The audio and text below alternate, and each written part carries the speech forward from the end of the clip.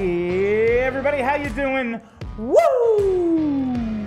Welcome to PHLY Flyers postgame presented by Bet365. My name is Bill Matz. I'm your director of fun and games for the evening. Joining me live in the Xfinity studio, it is Philly's #1 hockey beat writer, Charlie O'Connor. Hell of a win, Chuck. That was, I know we've had this conversation so many times. What are the Flyers, in the simplest, are they actually good? And it's hard to tell sometimes. All right, maybe they're just kind of leaning on a goalie who's playing above his head, but we're halfway through the season now and he's still really good. So maybe he's not playing all that far above his head. But they go into Edmonton, a team that has absolutely got Stanley Cup aspirations. And maybe they had a slow start this season. We talked about it, but they're 10-5-1 since Thanksgiving. They've been really good. Connor McDavid, unstoppable since the start of December. And they don't stop him, but they stop everybody else. And they win 5-2 against I don't know if they're not Colorado, but they're a contender in the, allegedly much stronger Western Conference, and they kind of just took it to them. They've made it to the last Cup final, the last two Cup finals. This is a team that, no, they're not Colorado, but you know what? By May, they might be, because they have been the last 2 years. Yeah. They found a way to win that conference 2 straight years. To me, and this is really the impressive part about this win for me, is that they've had games this season where they've controlled play better. They do control play in this game. They get the better of the 5-on-5, but they've had more dominant efforts. They've had more dominant scores. I don't think they have played yet this season a more complete game. And by complete, I'm not saying that they were perfect for 60 minutes. No. But by complete, I'm saying that every single player on the ice found a way to contribute. Every line, I'll get into this a little bit later, every D pair, the goaltender, obviously. This was as team win of a win as I've seen them have all year. And to beat a team that, again, as you said, has cup designs, has the best player in the world, or at the very least, second best player in the world, given how good Nathan MacKinnon's been playing this year, but has a guy who's playing at peak powers right now. That's the only way we were going to go into their house and beat them, was to have a full-fledged team effort. You don't have the high-end skill that this team has, but you can beat them as a collective whole. And they found a way to do it, and they earned this win. They were the better team today, undeniably, and that was the most impressive part about this game. And if you want to see them up close and in person, you got to do it with us. I'm sorry, Brenna. I just sprung that on you as you go to one graphic. Charlie just started talking. I was like, this is great. This is a great time to sell it. If you want to see that team up close and in person, you can do it with us. Just go to allphly.com right now and get your tickets for the sweet takeover. It's only a few days away. Flyers Ducks at the Xfinity Mobile Arena. You're not going to want to miss this. Cutter is back for round 2. This time, Trevor Zegras is on our side. It is a revenge game all around for a whole bunch of guys going into this one. Last year when we did this, it was one of the most fun Flyers games I have been to in a long, long time. I'm expecting it to be even better this time because both teams are considerably better than they were a year ago. So make sure you join us if you want to get in on this. It's going to be so much fun. allphly.com/events. Get your tickets for this immediately. Only a few days left. All right. I do want to get to the type of team game they played because it gets to my Dan Vladar point. I think what was so impressive about this for me, the third period approach, all that. We've talked about how the defense could do a better job protecting the goalie sometimes, the end of that Vancouver game. Sure. I don't know, man. Just don't. I said that was an organizational failing. Everyone was at fault except Vladar for the third goal. Find a way to let him finish with a real good save percentage. Just help him out a little.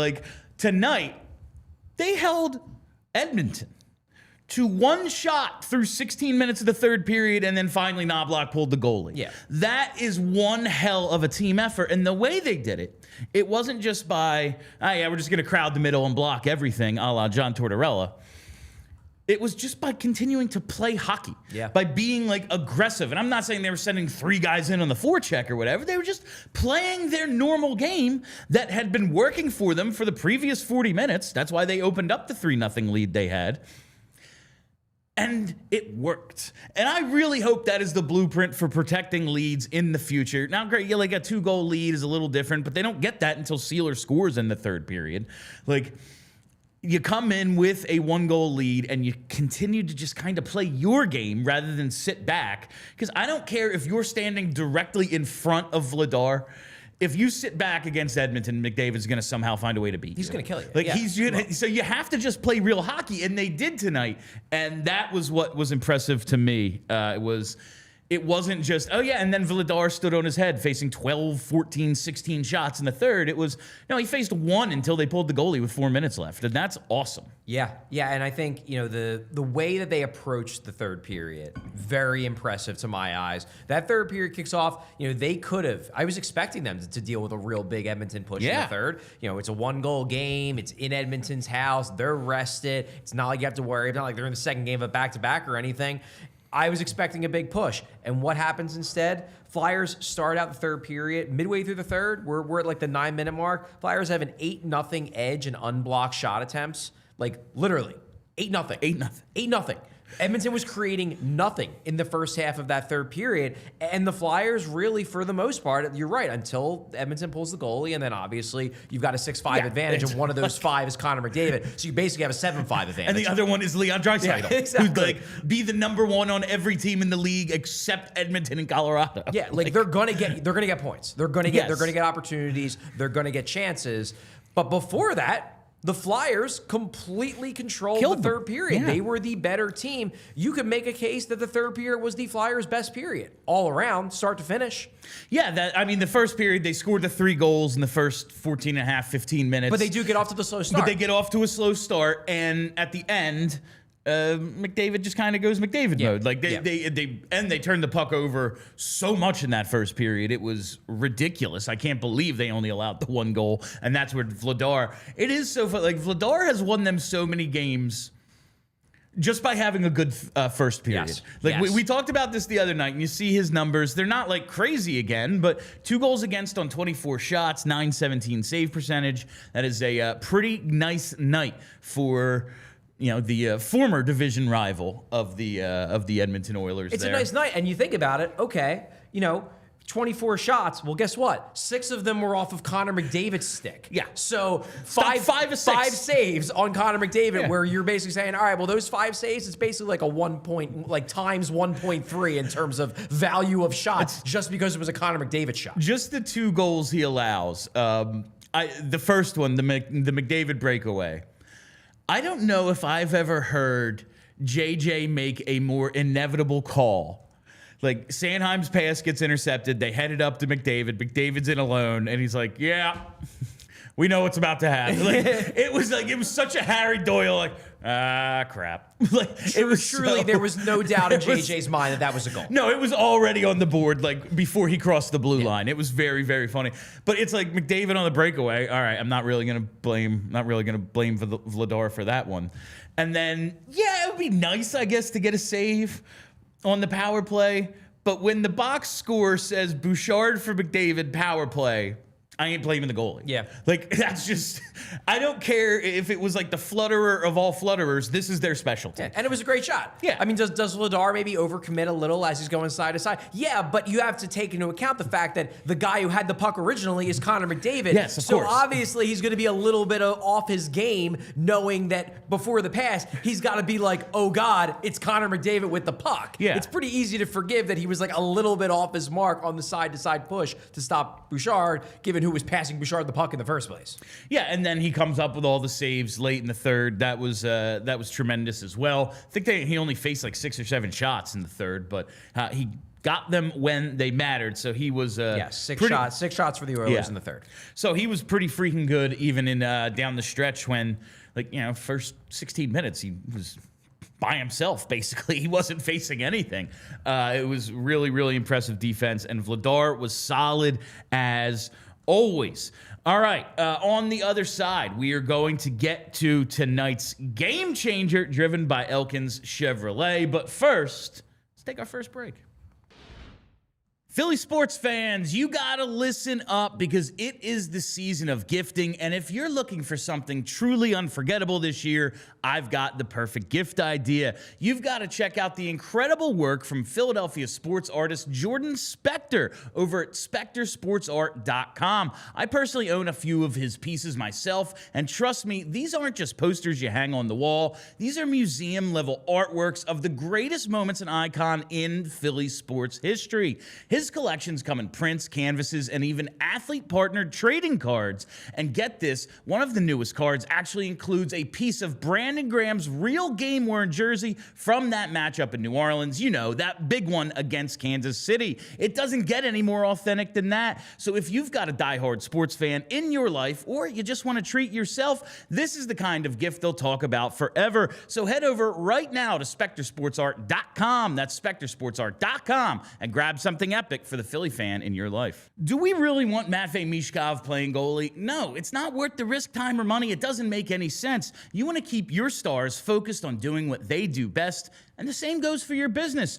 Togo can help any business looking to streamline operations become more efficient or unlock more time for their best people. From customer service and accounting to order management, logistics, admin, data entry, and even complex multi-step operational processes, Togo takes it off your plate at a fraction of the cost. And every engagement with Togo starts with free process mapping and engineering. Togo doesn't bill a dime until the real work begins. With programs starting as low as $1,000 a month, you're not going to break the bank. And each Togo program includes dedicated staff, custom automations, and US-based process engineers who act as your quarterback, giving you complete control, total transparency, and instant efficiency. At Togo, you call the plays, we execute. Visit harnesstogo.com. Scale smarter, work faster, and stay focused on winning.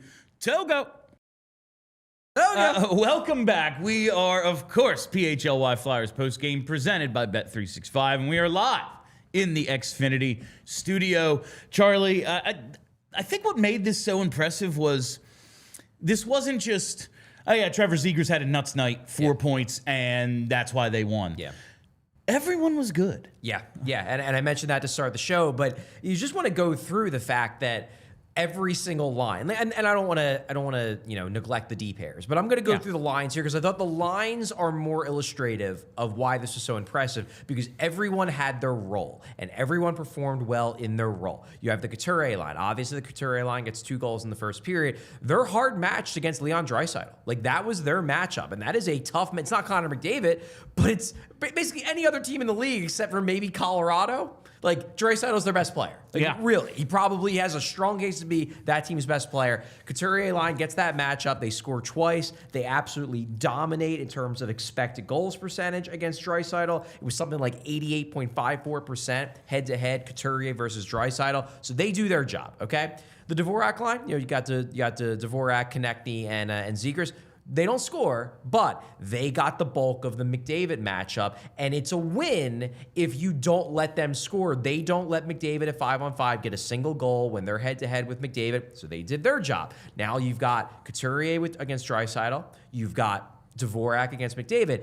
The fact that those two lines took the tough matchup, that gives the Cates line the easy sheltered minutes. They score a goal. They finish with an incredible. They were at 95% expected goals for percentage. So, hey, you're sheltered. Okay, you got to feast on that shelter, and they did. They took it. They took it to the Oilers when they were on the ice. And then the fourth line, they get the goal that gives the breathing room. They get the face-off goal. Rodrigo Abels wins the face-off. Nick Seeler gets a shot through. So even the fourth line is chipping in. All 4 lines in this game played an integral role in winning this game. There were no passengers. Every single line had a job to do, and every single line succeeded in that job. That's what I mean when I say this was the ultimate team win. You think with the way they worked the matchups, and obviously the players have to go out and execute, we have to credit Rick Tocchet with this win a little bit, though, right? Like, he did a good job. When all 4 lines are going and they're in a role that they can succeed in, whether it's, Dvorak's going to be up against McDavid. Good luck. And, who's out there with him? Trevor Zegras, who, he doesn't even want to play defense. And Travis Konechny. And TK. He's not a great defensive player either. He tries, but it's just sometimes he does crazy stuff. Yeah. I just think, when you're able to get everyone to buy in that way, and the game plan goes according to plan, like, hey, man, we got to credit the coach as well. I know there are a lot of people out there watching who maybe don't want to credit Rick Tocchet ever. And listen, I've been back and forth on how I feel about the job he's done so far this year. Tonight, hell of a job. Yeah. So number one, love the balance. Love the fact that all four lines had an integral role. Number two, and you mentioned it, Rick Tocchet did a good job coaching. Did a good job, setting up the roles because players have to do well in the roles they're given. But the coach is the one who's like, you're getting hard matched against McDavid. You're getting hard matched against Draisaitl. And look, like Sean Couturier against Leon Draisaitl, like Couturier's got a lot of critics. It ain't 6 years ago. Trevor Zegras and Travis Konecny against Connor McDavid. Yeah, that's a risk. It pays off, so good job by the coach as well. The other thing that I really liked about this win, and this is just one of those things, like it's tough to quantify, but I'm going to try, the effort level. We talked on New Year's Day, I guess it was, when we actually began the post-game show. Look, they played bad against Calgary. It was a bad game. They didn't have their legs. It was a dud. But I wasn't going to kill them over it because they haven't had too many straight-up duds this year where they've just been bad all around. It was just a bad game. Like, all right, burn the tape, forget about it. I haven't had too many of those. But I wanted to see them come back 3 days later with a game where they showed what they really have. And I love the effort level in this game. They were all over the place. I thought the Tippett empty net goal was a perfect example. I mean, that's in the third period. We talked about their strength in the third period. He wins that battle in the neutral zone against Evan Bouchard. He wins that puck, just sheer effort, takes it from Bouchard, clinches the game. But another thing I want to talk about is, because I track this in-game. I track entries and I track dump-in recoveries. So when you dump the puck in, how many of those do you recover and turn it into an actual offensive zone possession with the puck? Every single period, they recovered the puck a ton in terms of their dump-in percentage. And we got this graphic up for you. First period, they dump it in 10 times. They recover it 4 times, 40%. It's a solid number. It's good. Second period, they dump it in 10 times. They recover it 8 times, 80% recovery percentage. Third period, they dump it in 10 times. Again, 7 recoveries, 70% recovery percentage. I mean, we're talking, and to be clear, to give you some context, the Flyers' full season retrieval percentage that I've tracked is around 43%. This game, I think they finished with something like 60%. Like 60%. Seems good. That's an effort game. Like that is, they come in at 63.3% over the course of the entire game. Look, some of that is technique. Some of that is making sure you're taking good routes through the neutral zone. Some of that is quality of dump-ins. But a lot of that is just winning battles. It's just putting your nose to the ground and just finding a way to win the battle. And that's what they did. This was a high effort game from everybody. You can see it in the stats. 15 of 20 in the final 40 minutes is pretty freaking impressive. Yeah. And listen, you can say all you want about the Edmonton defense, what they might be missing. No one can say it isn't mobile. Yeah, that's true. That's true. And they're sitting there just kind of turning them over in the corner. And it is like even 40% is a nice rate. Yeah, it's fine. But like that first period, they were so bad at protecting the puck, the Flyers were. Yeah. The fact that they were able to ramp it up as the game goes on. And listen, they get out of the first with the 3-1 lead. That's how you protect the lead, right there. You get the puck in, and then you go and get it to keep it there. Exactly. It's not about just getting the red line and getting off the ice. Yeah. Like, you have to keep it there and maybe add to your lead. Maybe get a few ozone face-offs so you can get those lines you are sheltering out there and take some of the heat off of guys like Coots and Dvorak. Like, it all works together that way, and that's how you go into Edmonton and win after, like, completely reverse the way we would have felt about this trip. Like, they alternated wins and losses. It was a fine trip, whatever. Nothing special, nothing terrible. But after that Calgary game, even if they have a good effort and lose tonight or whatever, you're just like, kind of a waste of, it's another Disney on Ice where they're just terrible. Yeah, one win, 3 losses, a couple really bad games, one game that wasn't so bad, but they lost anyway. Instead, you come home and you're like, 2-2, and this is a little pet peeve of mine. It infuriates me that we're including the Chicago game as part of the road trip. Like, they went home. They were home. They flew out of Philadelphia. That game does not count as part of the road trip. But if you want on the schedule, it's a whole line of ats, Charlie. If you want to count that as part of the road trip, they went 3-2. Okay. It was a winning record on the road trip. But to me, it's a 2-2 road trip. Well, then I do, and so will the coach, because that's what you do. It makes it look better. It makes it look a little better. But no, it was a very, very good trip, and I think that's a great exemplification there of the effort it took to kind of turn this game the way they did. They're now 13-1-5 after a loss. They have one regulation loss, like they've lost back-to-back games in regulation. That's pretty impressive, and I think that speaks to the effort as well, Charlie. I would agree. Before we switch over to Game Changer, because I asked Brennan to put together this chart, I want to actually use it. This is the third period stat data at 5-on-5. Okay. So this is end of third period, not counting the 6-on-5 because it's just 5-on-5. 13-7 shot attempt edge for the Flyers, 8-3 shots on goal edge for the Flyers, and then expected goals, 0.75 to 0.15 edge for the Flyers. The Flyers, this was not after you adjust for score effects, the Flyers had a good third period. The Flyers dominated the third period in a game where they were winning the entirety of the third period. They did not sit back. They went forward. They forechecked the hell out of the Oilers. They created shots. They created chances. And that's how you beat the Oilers. Because look, everybody will tell you, how do you slow down Connor McDavid? You just don't let him have the puck. It's the only way. It's the only way. It's the chaos that ensues. And like you feel like I feel it right here. I'm like, oh no, they're gonna get he could have the puck like breaking out between the hash marks in the D zone, and I'm like, uh-oh. Like you just have to like fear when McDavid has the puck, and that's the best way to stop him. Be on offense, and they did that pretty well tonight. All right. It is time for tonight's Game Changer, presented by Elkin Chevrolet. Together, let's drive. I got to give this to Denver Barkey tonight, Charlie. I like it. I like it. First career goal. He was everywhere in the first period. I thought he was awesome. One of the Flyers' best players, especially in the opening period. His line accounted for 4 of the Flyers' 9 first period shots. And I do think this kind of changed the game a little because they didn't start the best. Like the way this went, it was kind of shaping up like your typical Flyers game. All right, they're going to give up the first one. They're being outshot 7-2, and the game will start after they're down 1-0. Instead, Denver Barkey scores his first career goal, and the Flyers never give up the lead from there, something we can't say a ton of. Like, they usually, if they do have a lead, even it's like, oh, yeah, going into the third, they're with a lead, they're, pretty good record. Yeah, because the game got tied up and then they won it in a shootout. Like, they've given up so many leads this year and whatever it is, but Denver Barkey, I think, kind of just flipped the script of this game so they didn't have to chase it, and that makes him tonight's game changer. Yeah, I would say that, like, both figuratively and literally, he flipped the game. Yeah. Because if you watch that play, and I talked about this on social media, if you watch the play where he scores his first NHL goal, he starts the play out. He starts the breakout, It's him below the goal line, his own goal line with the puck. He blasts right by Vladar with the puck, and then has a really nice, clean, we're not talking about a highlight reel pass, but it's a clean lead pass to Couturier to get him moving with speed up the right wing side. And what does Barkey do? He doesn't just lag back. He goes. He gets on his horse or on his dog or whatever you want to call it with Barkey, given obviously the puns here.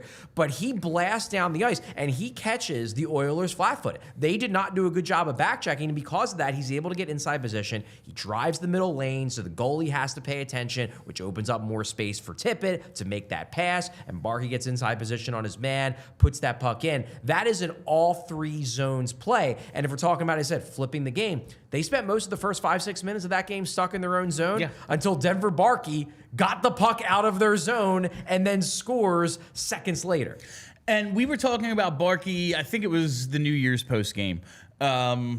He's been impressive, right? Like, we've liked what we've seen out of Denver Barkey thus far.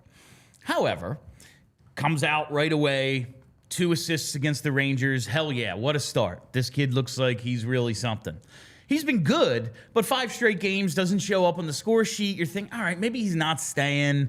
Maybe this is just all right, we like what we see, and you're ahead in your development, but go work on your offense in the AHL for a little while whenever, they figure out someone else to bring up or something, and then maybe we see him next year. If the production continues, you can't send him back. No, like that's can't. And that line again, like that line was really, really freaking good. And I thought he was the best player on it. And every one of those guys was good tonight. And I thought Barkey was making plays all over the place. Defensive end, getting pucks through the neutral zone, winning board battles. There's just crisp, slick little passes. I think it was it on the power play? He made a couple really nice plays to keep the puck along the wall. boards. He has one on the one side of the boards where he keeps the puck alive. Looks like they're going to get a clear. He flips it. They keep possession. Then he runs all the way to the other side and then wins another battle to keep a puck alive on the opposite boards. Yeah, he's just making really smart little plays. All you can really say is he looks like an NHL player. He looks, and not just in terms of like, he's got a goal and 2 assists now in 7 games. Yeah. No, it's the details. The details are all there. The production is great. Yeah. I think the production can keep him if that continues, because you're going to be expected to score at some point, unless you're just like a fourth liner, especially fourth liner here. You never have to score. But that will keep him, but I think he's going to get that leeway to improve the offensive game. Like we used to talk about with Bobby Brink. Like he has turned himself into a more complete hockey player enough so that let's see if the production really ramps up ever. Yeah. The film on Barkey, like I bet the coaches rave about this kid when they're like when they're just sitting there on their day off watching a little of the film. They're like, oh my God, another one battle. Look at this kid. Imagine when we get him on the NHL weight training program and like we're feeding him every day, like that could really be, he could really be a very, very nice piece for this team. And it's great to hear because, man, we're just waiting for like that next wave. We thought it was going to be Bump. He's still not here. He returned to the Phantoms lineup tonight, which is good to see. That's great news, But like Barkey, the first of like the next guys to make it, and right away returns are good. Want to see the offense continue, but the little stuff is so impressive. And tonight he literally changed the game, and that's why he is tonight's game changer, driven by Elkins Chevrolet. All right. On the other side, we're going to talk some Matvei Michkov and a bunch of other fun stuff as well, but we got to take our second break. Whatever the moment, it's never ordinary at Bet365. Bet365 has 90 million users worldwide. They live stream almost 800,000 events each year. And today, Bet365 offers the widest range of games and markets available for live in-game betting across 78 different sports. But now I got to tell you about my favorite thing. It's the early payout offer. Because with the Bet365 NHL early payout offer, you're a winner. If your team gains a 3-goal lead, you get an instant payout on straight bets, and your parlay selections are marked as winners. Whatever the moment, it's never ordinary at Bet365. And we have breaking news from Bet365. New customers now get $150 in bonus bets when you bet just $5, win or lose. All you got to do is sign up, use code PHLY365, deposit $10 and place a bet for $5 to get $150 in bonus bets, whether your initial bet wins or loses. Bonus bets can be used on the spread, total, player props, futures, and more. Whatever the moment, it's never ordinary at Bet365. Must be 21 or older and physically located in PA. Gambling problem? Call 1-800-GAMBLER. All right, everybody, I've got to tell you about a local business that's been helping Philly homeowners and businesses stay pest-free.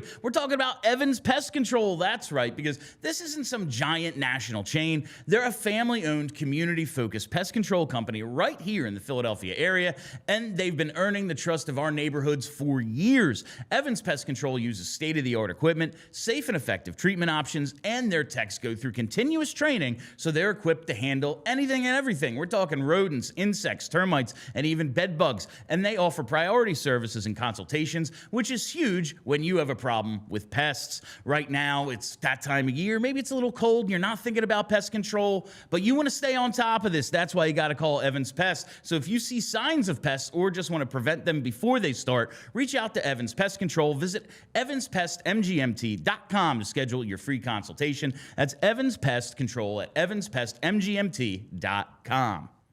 All right, welcome back to PHLY Flyers postgame. See a lot of you watching, and a lot of you have hit the like button, but a lot more could as well. Hit the freaking like button. Hit that like button. Here's the thing. My first day back in the studio in like close to a month. The Flyers have a big win. I want 200 likes. We have a lot of people watching. We're nearly at 120 already. I don't think it's out of the realm of possibility that by the time the show is over, we're sitting at the big 200. Well, you know what people love? They'll love this segment because we're going to talk about Matvei Michkov. Okay. Everyone loves talking about Mish.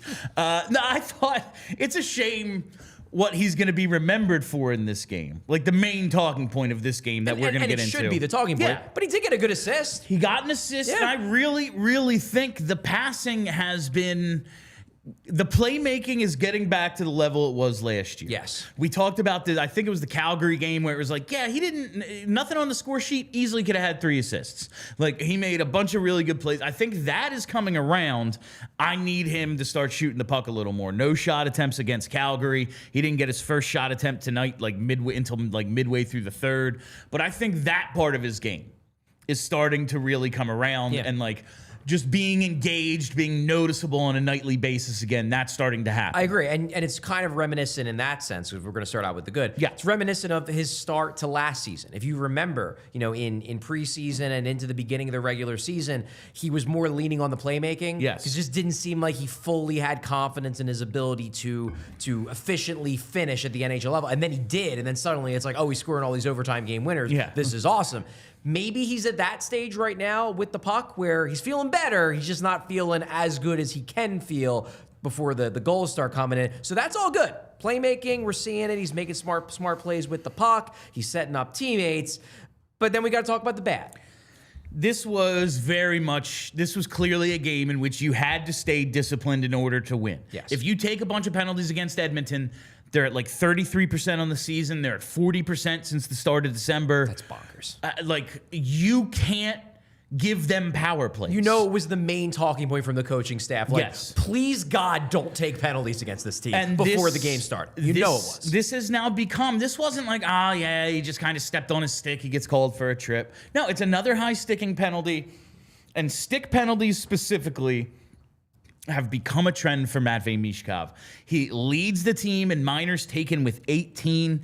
That is 4th most in the NHL. He leads the team in penalty minutes overall. And there's a guy with like 4 or 5 fights this year on the team. Yeah. Now, he's only taken like 1 or 2 other minors, Delorier. Like, it's all fighting majors. He doesn't play a lot. No. But like, when he's out there, he doesn't make mistakes. Like, he doesn't do dumb stuff, which is nice. He just fights, like, in terms of his time spent in the penalty box.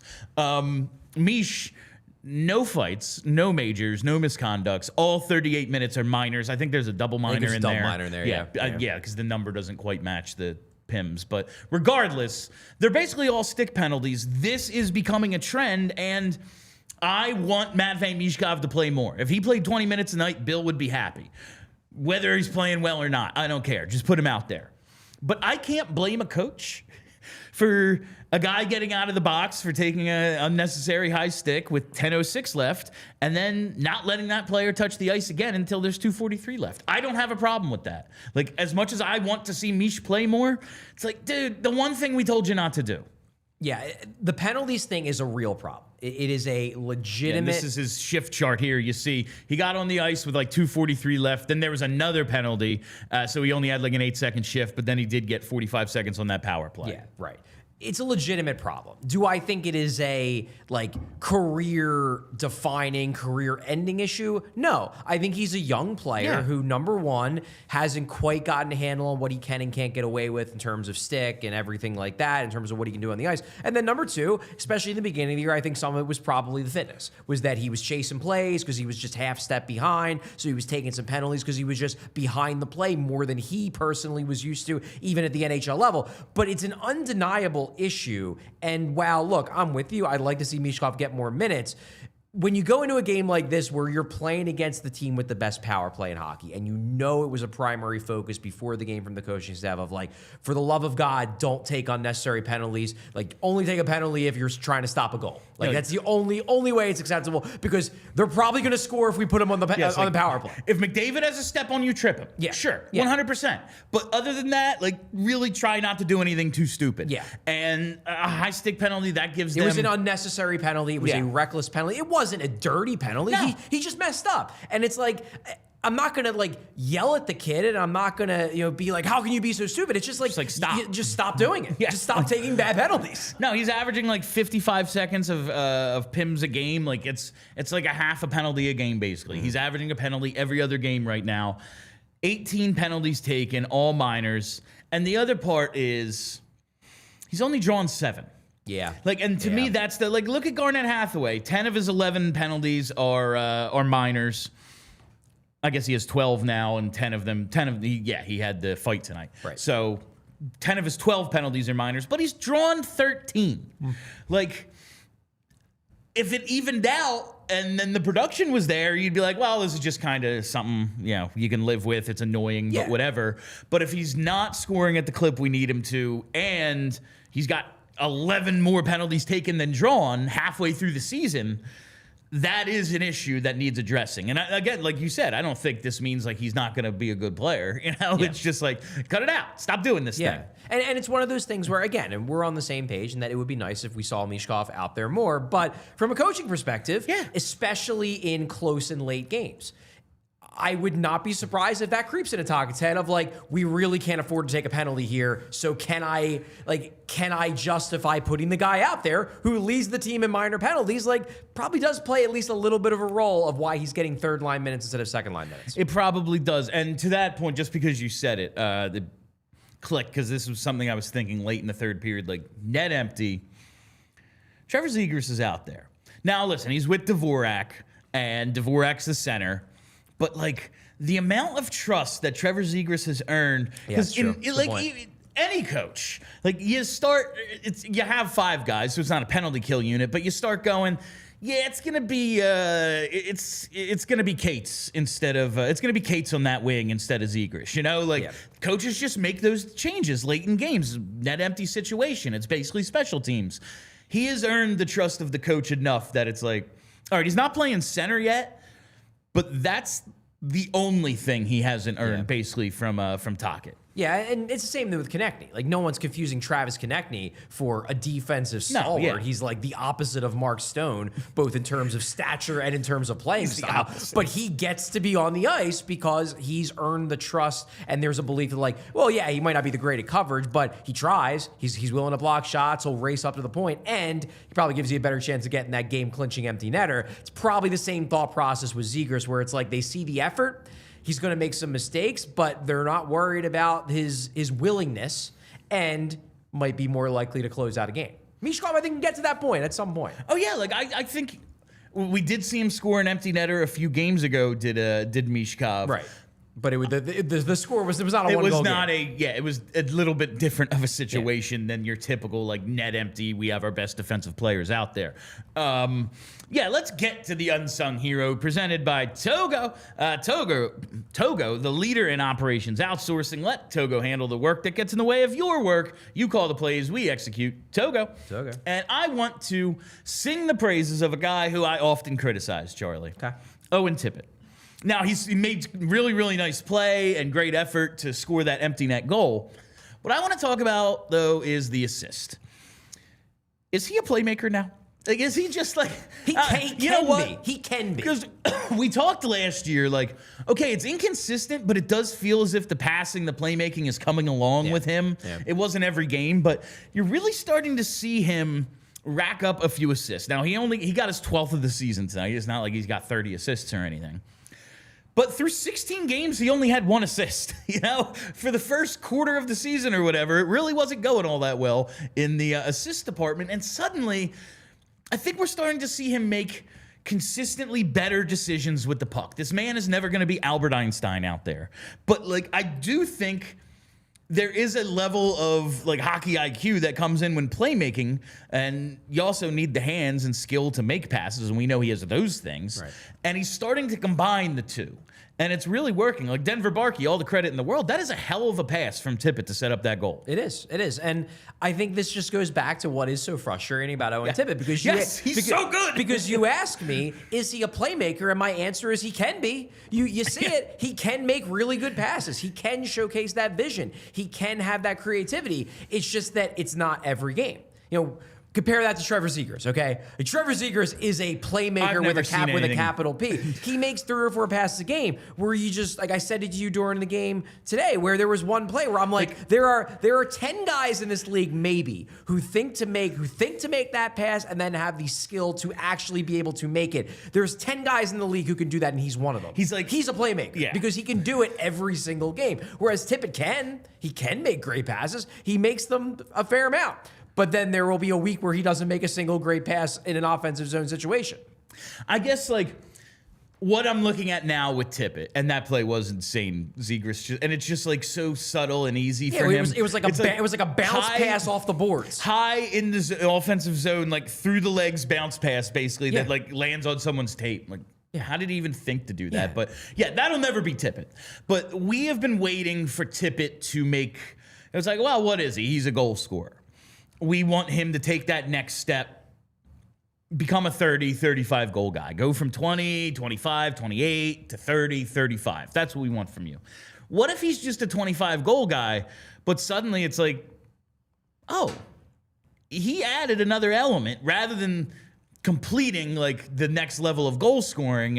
And we can count on him for like 35, 40 assists now. Like, he's got a long way to go for that. But like, what if that's the next step for Tippett rather than he's going to score 35 goals? Because it just doesn't seem like that's ever going to happen. I feel like he's going to do it once. There's going to be 1 year in his career his contract year, where he holds a 20% shooting percentage because he gets all the breaks and all the shots off the post go off the post and in rather than off the post and out. He's going to have one of those years, but I'm not sure if he's going to be a consistent guy like that. I just think he's got too much talent not to have that one splash year. But yeah, I mean, you look at his numbers right now. He has 13 goals and 12 assists in 40 games. We'll be hitting the official midpoint of the season against the Anaheim Ducks, the sweet game, January 6th. He's on pace for 50 points. He's on pace for 26 goals and 50 points. Like, that is about what you expect from Owen Tippett. It is. The ups and downs, and now he's like, yeah, he's about where I expect him to be. He is very much on pace for like the kind of season Owen Tippett has. Yeah.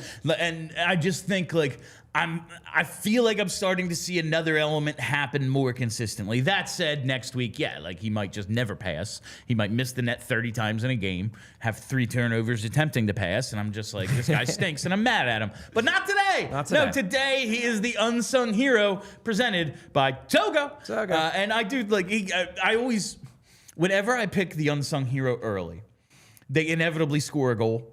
It's like, well, how can you say he's the unsung hero? He scored. Like, you know what? It was an empty net goal. It was an empty net goal. And I decided this before. And honestly, he's doing stuff beyond what you expect. Like, it's a little different right now. And so I am enjoying what I am seeing. That line cycled very well in this game. That I wanted to talk about. That was the next thing. Sean Couturier, man. Yeah, he looked good. He had it tonight. And we've talked, like, some nights he has it, some nights he doesn't. And you go back to the Calgary game, a night where nobody had it. Like, oh, yeah, okay, well, makes sense. He definitely didn't have it. Second game of back-to-back. Yeah, third game of 4 nights. Yeah, that's what happens. Yeah. And then tonight, that line was awesome. Yeah. And I said, I think Denver Barkey was the best one out there, but, like, credit to all 3 of them. They did that job, and they did it really, really well. And Coots is the center. Like, he's got all the responsibility. Yeah, it does seem like, and this isn't an every single time thing, but more often than not, it does seem like Sean Couturier, like, his best games come after a couple days break. Yeah. Like, it could just be that simple. What if it's just that simple that, like, the guy cannot, like, in the 3rd game in 4 nights or 4th and 7 or whatever, or like, 5 and 7, something like that, like, he's just not going to be good. But then you give him a couple days to rest those aging legs, and then suddenly he looks like that. I feel like I have a solution that the NHL and the players and the coaches and everyone would hate. But if you load manage Sean Couturier a little bit, one, maybe you preserve him for later in the contract, and it's not like, oh, yeah, there's 2 years left, we have to buy him out because he's shot. 2, you get the most out of him when he does play. And 3, on the nights he's off, Charlie, suddenly you need a center. Trevor Zegras gets to play some center. It's a Zegras night. Like, I feel like if you just gave Coots some nights off, it'll never happen in hockey. Anytime this issue comes up at all, like on the national shows, it's like, well, let me start off by saying I never want to see NBA-style load management. And it's like, I'm not talking about just giving the guy off half the games because, like, yeah, he just doesn't feel like it tonight. Because that does feel like that's what happens in the NBA. But just like, yeah, the 3 and 4, the back end of the back-to-back would travel. What if he didn't have to do all that? Yeah, He's had 2 back surgeries. He's 30-something. Like, maybe instead of being like, well, we have to sit, somebody to, like how they pulled Andre out of the lineup for the Calgary games. Like, well, we got to get Juleson in, so we'll pull the kid. Like, yes, he's the captain, so they're never going to do it. But maybe they could have just been like, Coots, you're taking a seat tonight. It's nothing against your play. It's just that it's a 3rd and 4, and you're probably gassed. We want to it might be better for him. You take Gurbenkin but they're never going to do it. And like, listen, it's not as if Gurbenkin's some huge contributor either, but it's like, hey man, we got to get Hathaway in. We don't want him just rotting up there. He's missed 6 straight games. We're going to take Gurbenkin. What if it was, okay, we're moving Zegras to center and Coots comes out? I know it'll never happen, but it should. Yeah. But he was really good tonight. Yeah. I mean, he had that direct matchup against Leon Draisaitl, wins that matchup handily, finishes with 9 shot attempts. I seriously considered putting him as my 3rd star. I ultimately picked somebody else, and we'll get to that in a bit. But he could have gotten it. Finishes with 2 assists. I mean, you look at Couturier's full season analytics. They are good. He is the best play driver by the numbers on this team. It's just that, number one, when he has off nights, they're really glaring. They're bad. Because he just looks so slow. And number 2, and I've been thinking about this a lot, like a lot of the conversations I have with people, with frustrated people at Couturier online, they're so reminiscent of the conversation I used to have about Couturier in like 2014, 2015, when it was every year, it was like, he's never going to score 20 goals. Like, he's never going to do this. He's never had 40 points. Never had 40 points. And it just feels like it's just that, like the curve where like he had his peak and now he's right back to where he was at age 23, just now at age 33. Like, yes. He's that guy again. And I'm having the exact same debates about his quality because it's like, well, look at the numbers. He's still a good player. It's like, yeah, but I watch him and he infuriates me. It's like, that's what he did when he was 23. Yeah. It's the same thing. Same guy. It's just before it was, I'm learning how to excel at the NHL level. And now it's, I know how to excel at the NHL level, but there are sometimes I just can't. Yeah, my legs are just too heavy I just can't on the do it. 3rd game in 4 nights. Yeah. Like, and maybe it's just that simple. Maybe they'll come up with a solution. And I guess here's one like hopeful thing, and I don't want to like pin my hopes on this because he is going to continue to get older. I do wonder if he'll benefit next year when the schedule finally isn't as bonkers because they're not trying to squeeze in the Olympics or like. Won't it be? Aren't we doing like a World Cup or something, or is that in 2 years? I don't think it's going to be as long as the Olympic one. I just feel like it's every year they're like, oh, it's a condensed schedule because it's been a condensed schedule every year for the last 5 years. Because first it was we're catching up from the pandemic, from those schedules. Then it was the World Cup. Now it's the Olympics. Yeah. All right. We need another break, right? We didn't do 3 yet. Okay, I thought so. All right, we're gonna take our last break. Then we're gonna come back, do 3 stars, hear from your super chats, all that stuff and more. Stay tuned. But first, our last break. All right, Flyers fans, listen up because this one's for you. You got to get ready for the ultimate Flyers getaway. We are talking PHLY and Philly sports trips taking over the West Coast. That's right, we're heading out west to California with Flyers legend John LeClair. From March 17th to the 22nd, we're hitting the West Coast for 2 huge games. First, we're going to see the Anaheim Ducks at the Honda Center. Then, we're going to see the LA Kings at Crypto.com Arena. Your package includes optional round-trip direct flights from Philly, a 5-night stay at the beautiful Sanborn Santa Monica, group tickets to both games, a Flyers watch party for the San Jose game, and an exclusive meet and greet with John LeClair himself. Plus, the Philly Sports Trips crew will be there to handle every detail so you can just enjoy the sun, the sights, and the hockey. This is the California vacation every Flyers fan dreams of, with a couple of wins to top it off, hopefully. Spots are limited. Book your trip today at allphly.com/events. All right, everybody, we all know the holidays can be tough on your finances between Secret Santas, traveling, hosting, you name it. You've been spending money on it. It's easy to lose sight of your money and financial responsibility this time of year. That's why you got to go with Monarch, because if you want to keep your finances under control this holiday season, you need to be using Monarch. It's rated Wall Street Journal's best budgeting app of 2025, and Monarch is the all-in-one personal finance tool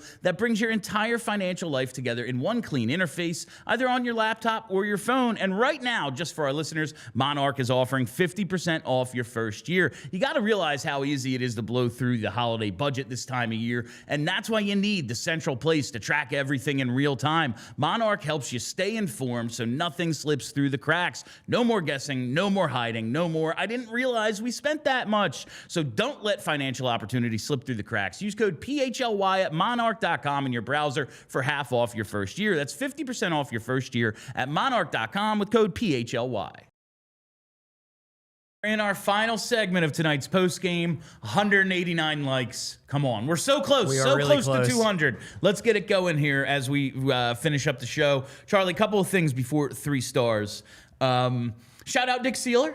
Yeah, he finally got a goal. First goal since New Year's Eve 2024. Oh, wow. It looked like he had broken the streak on the anniversary of his previous goal, as JJ pointed out on the broadcast, but then it gets overturned on the goalie interference call. Right. And then tonight, oh, all right, I just needed one more game. He does it over a year in between goals. And he adds an assist on Tippett's empty netter, giving him 2 points. It's his first multi-point game of the season. He had 3 last year. He had 3, and there was 1 3-point game at the Rangers April 9th. So it's been a long time since he has had a multi-point game. But Seeler lights the lamp tonight. I just love when culture guys score. Like, it feels so good. Yeah. Like, you just know that amps the bench up. After Seeler scores, I knew they weren't going to give up that lead. Yeah, I agree. Yeah, because Seeler is obviously beloved in that room. Everybody he's just a genuinely nice dude, which is very funny given like the way he plays and how like 3 times a year he looks like he's gonna actually murder someone on the ice. Like he's gonna pull a full on Happy Gilmore and take off a skate and try to stab someone with it. But he's like actually the nicest person in the room, and it's a room full of like legitimately nice dudes, and he's like by far the nicest. Great guy. Everybody in that team loves him. I mean, he obviously sacrifices his body like crazy on a regular basis for the team. So everybody's super pumped when a guy like that who doesn't score much gets a goal, and a big goal at that. Yeah. That's the game. That's the goal where I was after the second period. I was like, I don't know if I believe it, Charlie. I don't know if I believe they're going to win this game. And then he gets in that breathing room, and it's that's that. All right. The last thing. It doesn't matter now. But Garnet Hathaway gets back into the lineup first time after missing 6 games as a healthy scratch. I thought he had some good shifts early. Should he be fighting, though, with a 3-goal lead? Probably not. I get why he fought, because his thing is, I'm back in the lineup. I got to show how much I care, that I'm willing. Darnell Nurse is obviously not a tough guy, but he's huge. He's bigger than Garnet Hathaway. He's enormous. He's an enormous human. So I get why Hathaway's like, all right, I'll throw down. I'll show how much I want to be on this team, how much I want to be in the lineup, how much I want to sacrifice for my guys, for my boys. But when you're up that score, you probably shouldn't, because it becomes a very Dan Carcillo-ish situation. Yeah. No, that I tweeted that. People forget about Carcillo won the fight. Oh, he killed him. He killed him. He beat the crap out of him in that fight. It was just.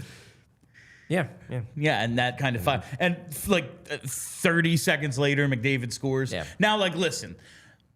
It's not Garnet Hathaway's fault that Travis Sanheim decided to throw the puck into the middle of the ice. Like, he didn't do that. True. But I feel like one thing, they're not related until it happens. Yeah, and then it's like, okay, now we have momentum. Yeah, now the Oilers like, man, we really got it. Like, Darnell fought that guy. And look, what I've heard about Garnet Hathaway, and I personally really like Garnet Hathaway. I really like interviewing him. He's a good dude. He is not well liked on other teams because he chirps all the time. He's always instigating. So it's like, oh, Darnell Nurse dropped the gloves with that guy who we hate. And then 30 seconds later, our guy scores a big goal. Oh, man, it's our game. No, I feel like I've actually heard, like, opponents like Delorier because he's not dirty or anything. No, he just fights. In fact, he will yell like, "Yo, head up," as he's coming in to hit you because he doesn't actually want to kill you. Like he's just out there doing his job. Yeah, obviously. Tom Wilson started doing that too, and I think it like bought him a lot of respect around the league. Okay. But D'Lo is like, "Yo, get your head up." As he's coming in to, like, he's gonna hit you, right? But just be ready. He doesn't want you to be unconscious afterwards. Yeah. And like, you know, Hathaway is more of a if you're not looking, I'll spear you kind of guy. So I can see him being a little less liked, you know. All right, let's get to Charlie O'Connor's 3 stars of the game. Chuck, this was a pretty good one. We had a bunch of guys with multiple points. The goalie was good. Some unsung heroes as well. So, who was tonight's 3rd star? Yeah, 3rd star. I'm going a little off board here, but I think I can justify it. I'm going to go with Cam York for 3rd star of the game. He picks up the primary assist on the Bobby Brink goal, which ultimately is the game winner, even though it was sort of in a roundabout way. But Cam York, along with Travis Sanheim, got the big matchup. He got the matchup against Connor McDavid. He faces McDavid for 11 minutes and 10 seconds. And when Cam York's on the ice at 5-on-5, Flyers outscored the Oilers 3-1. Okay? Not bad. The only goal he's on the ice for the Oilers is the one where it clearly wasn't his fault. It was Sanheim's fault. It was the bad turnover. Nothing York could have done. Don't give up a breakaway. York leads the team in ice time. I believe he finishes with 24-36. Yeah. More than Sanheim, more than anybody. He plays nearly half the game. And when he was on the ice, the Flyers won that matchup. Maybe they didn't win it from a chance perspective, but they won it from a goal perspective. He is the, especially now with Sanheim going to play for Team Canada, Cam York obviously was not in the mix to play for Team USA. He is the less heralded of the top pair for the Flyers. But I thought York in this game was low-key fantastic, and I wanted to shout him out, so I'm giving him third star. I'm glad you did, because apparently he's just not going to get the recognition with power play time, Charlie. Yeah, probably not. That's probably a topic for like a 4 p.m. show. Anyway, star number 2. Star number 2, I'm going with Dan Vladar. Vladar made a bunch of big saves on McDavid, does give up the 1 goal on the breakaway, but it's Connor McDavid on a breakaway. What exactly do you expect? I thought he was fantastic in the beginning of the first period, and then at the end of the first period, he makes some big saves late when you're holding down that 4-2 lead and they pull the goalie. Look, we talked about it before the game. Vladar is just reliable. You get the performance every night, basically, that you expect to get when you throw Vladar out there. With Ersson, it's like coin flip. Yeah, maybe he'll have a decent game. Maybe he'll be a disaster like he was in Calgary. With Vladar, every night, he's going to keep you in a game, especially when you start out slow like the Flyers often do. They give up so many first goals. He's keeping them in games. He did that in this one. This is a game where I thought the Flyers played a great team game. But even in this game, they start out slow. Vladar's there to let them kind of play themselves into the game. Dan Vladar, I thought about making him first star, but second star, solid enough. Second star, Dan Vladar. All right, let's find out who beat out Dan Vladar, who is number 1 tonight. Yeah, this is Denver Barkey. And all right, look, he gets his first NHL goal, so I want to shout him out. We obviously talked about him earlier on in the show. But I just thought he had a great all-around game. I thought the Couturier line was the best line, and Barkey was an integral part of that line. I thought he was by far the best player on the ice for both sides, except for maybe Vladar in the first period. I thought he was everywhere. It was like every shift he was making a good play. Then the rest of the game, he just continued to hold his own, continued to be involved. I think they got a player. I think they got a player in this kid, Bill. It definitely, we always said, it just feels like he's going to find a way.